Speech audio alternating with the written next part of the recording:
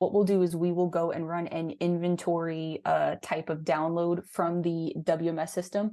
And we'll run it to an Excel and save it as a CSV file. And it could be literally just 3 columns of what is the material number, what's the SKU, what's the product ID that we're looking for, and what's the location. So you can minimize the amount of information you're sending to Gather if your customer has any issues with certain information being shared. So we're able to limit that and send it to Gather. We'll send it via email, and that's how it directly relates to our WMS.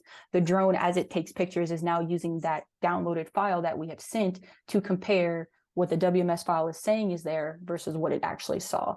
And then the dashboard is how it displays those discrepancies. And from there, you can go into your WMS system and make any changes. If you have to move something that you now know is in a certain location, would still have to be done in your WMS separately.